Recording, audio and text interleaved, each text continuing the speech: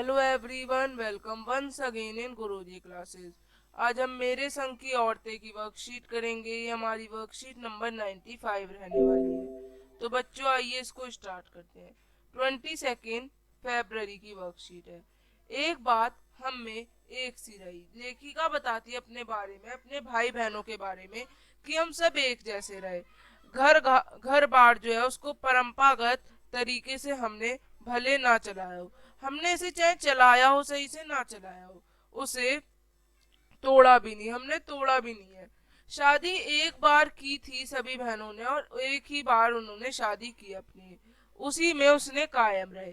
चाहे तलाक की कगार पर वो खड़े हो गए हो, पर उन्होंने तलाक नहीं लिया। ऐसा इसीलिए था क्योंकि उन्होंने एक उपन्यास में लिखा भी था कि सभी पर विश्वास करती रहोगी, कि मर्द बदलने से कोई प्रयोजन सिद्ध नहीं होता, कि अगर एक बार शादी कर ली तो उसी पे कायम रहो, क्योंकि अलग अलग शादी करने से तलाक लेकर कुछ नहीं होता। इस तरह से लेखिका बताती है। अब चाहे तलाक की कगार पे खड़े हो, पर तलाक नहीं लिया लेखिका ने। घर के भीतर रहते हुए भी अपनी मर्जी से जीने को उन्होंने कहा। क्या कहा उन्होंने? अपनी मर्जी से जियो। शादी के बाद वो बिहार के एक छोटे से कस्बे डालमिया नगर में रही, जहां मर्द औरतें चाहे पति पत्नी क्यों ना हो, पिक्चर देखने भी जाते तो अलग अलग दड़बों में बैठते। मैं दिल्ली से कॉलेज की नौकरी छोड़कर वहां पहुंची थी और नाटकों में अभिनय करने की शौकीन थी। मैंने उनके चलन से हार नहीं मानी। वो चाहती थी कि मैं भी अभिनेत्री बनूं। साल भर के भीतर उन्होंने शादीशुदा औरतों को पराये मर्दों के साथ नाटक करने के लिए मना लिया।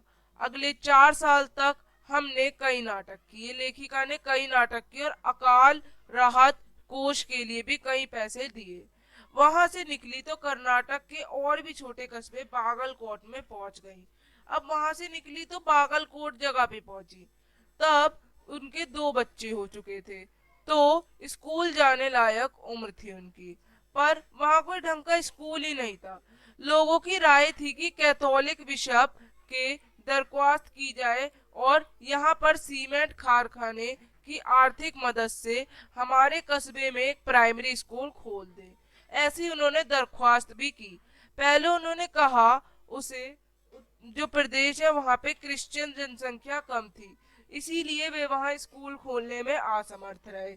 मैंने गैर क्रिश्चियन बच्चों को भी शिक्षा पाने के लायक सिद्ध करते हुए कहा कि हमें शिक्षा चाहिए, हम कोशिश कर सकते हैं, बरसते आप हमें यकीन दिलाए कि यह स्कूल अगले 100 वर्ष तक चलता, 100 वर्ष तक चलेगा। अब उन्हें भी गुस्सा आ गई।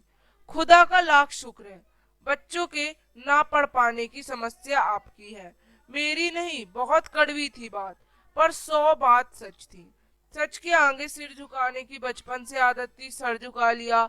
अब उन्होंने तय किया कि वो खुद अंग्रेजी, हिंदी, कन्नड़ 3 भाषा पढ़ने वाला प्राइमरी स्कूल जो है बनाएंगी। और कर्नाटक सरकार से उन्होंने मान्यता भी ली। वहाँ के अनेक मेहनती और खिसके लोगों की मदद से उन्होंने अपना यह जो उन्होंने लिया था व्रत, अपना शपथ ली थी, ये पूरी कर ली। और इसी के साथ उनका दाखिला भी हो गया। अब प्रतिकूल परिस्थितियों के बावजूद भी लेखिका ने तलाक जो था वो क्यों नहीं लिया? प्रतिकूल परिस्थितियों के बावजूद भी लेखिका ने तलाक नहीं लिया, क्योंकि उन्हें विश्वास था कि जो शादी एक बार हो गई वह मर्द बदलने से कुछ नहीं होती। अब अकाल राहत कोष के लिए उन्होंने पैसे कहाँ से जमा किए? उन्होंने नाटकों का प्रयोजन करके अकाल राहत स्रोत के लिए पैसे जमा किए।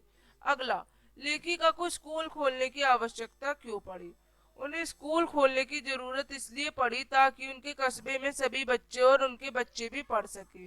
चौथा, स्कूल खोलने में कैथोलिक बिशप ने लेखिका की मदद क्यों नहीं की? स्कूल खोलने में कैथोलिक बिशप ने लेखिका की मदद इसलिए नहीं की क्योंकि कस्बे में क्रिश्चियन बच्चों की कमी थी। किस प्रकार के लोगों ने लेखिका को स्कूल खोलने में मदद की? कई सारे मेहनती और खिसके लोगों ने लेखिका की मदद की। यहाँ पे वर्कशीट खत्म होती है। अब हम मिलेंगे आगे की वर्कशीट्स के संग। तब तक के लिए बाय एवरीवन। चैनल को लाइक, सब्सक्राइब एंड शेयर।